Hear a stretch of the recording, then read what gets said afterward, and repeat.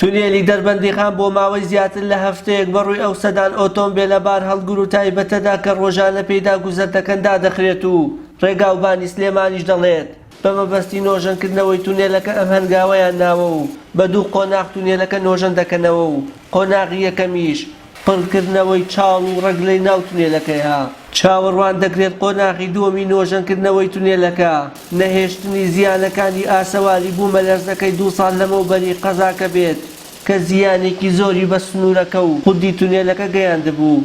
مەبەستی چاکردنی بەپەلەی ئەو چاڵ و چۆڵی ئەو تاسانەی کە دروست بووە لە ناو تونێلی دەربەندیخانە. ئەویش بە ئەبێ ئەو ماڵ هۆناڵە هەڵێنەوە بزانین کە گیراون و چارەسەر بکرێن و ئیشەکە تەنها ئیشی کۆنکرێتیە. بەڵام نۆژنکردنەوەی گشتی ئەم تونێلە سپێرداوە بە کۆمپانیاکی پسپۆر و تایبەتمەند کە پێویستە لە وەزارەت تۆپاری بۆ تەخسیس کرێ ئەو کاتێت دەسەکرێ بە نۆژنکردنەوەی تەواوی هەموو تونێلەکە.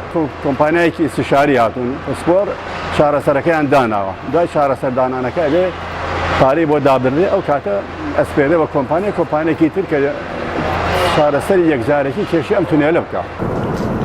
داخستنی تونێلەکە لە کاتێکدایە ئەو ڕێگایە ڕێگایەکی سەرەکی و استراتیژی ئابووری و گەشتیاریە و بە داخستنی ئەو تونێلە ئاستەنگ بۆ هاتوچۆکردنی شۆفێرەکان و بەتایبەت شۆفێری ئۆتۆمبیلە بار هەڵگرەکان دروست دەکات و ناچار دەکرێن بەسەر چیای بەرانان بپەڕنەوە و ئەمەش ئەگەری ڕووداوی نەخوازراوی هاتوچۆ زیاتر دەکات.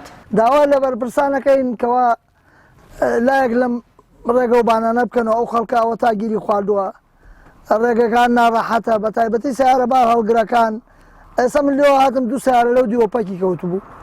داوا لە بەرپرسانەکەین داوا لە ئەوانەکەین کە قسەیانە ڕوا و دەستیان ئەڕوا هاوکاری ئەم دام و دەستگا حکومیانە بکەن کەوا ئەم ڕێگە و بانانەمان بۆ چاکەن. تونێلەی دەربەندیخان زۆر کارەساتی نەخوازاوی لە ڕووەدا خەڵکێکی زۆری تیا ئەمرێ ساڵانە چەندین کەس ئەمرێتە چەندین تەنکەر وەرەگەڕێت تا ئیسا من بەبیرم بێ لە تەمەنیم نامناڵ بووم هەتا ئیسە ڕۆژانە یا مانگانە خەڵکی تیا هینە بێ. ئەو تونێلێش شتێکی کورتکراوەیە بۆ دەربەندیخان شوێنێکی باشە بەڵام کەڵکی نەماوە هەڵکەن چەندێ چاکیشی بکەن هەر خراپە بێ. ئەمەش ئەم ڕێگەیش کە ئەڕوات لە بری ڕێگەی تونێلەکە ئەم ڕێگەیشە ناخۆشە. یعنی ئەمە چەندی جارە ئیمساڵ جارێکی کە دایانخت 4 ڕۆژ بوو ئەو 4 ڕۆژە نزیکەی 8 سارە وەرگەڕا لە ئەیرا.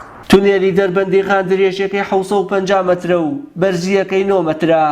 مێژووی دروستبوونی بۆ ساڵی 1959 دەگەڕێتەوە لەلایەن کۆمپانیایەکی بەریتانیەوە و بە پێی وتەی شارەزایان ئەم تونێلە توانای کێشکردنی ئەو ژمارە زۆرەی ئۆتۆمبیلی نییە و پێویستە تونێلێکی پێشکەوتوتر و ستاندار لە سنوورەکەدا لێ بدرێت. وشیار محەممەد کەناڵی ئاسمانی پەیام دەربەندیخان.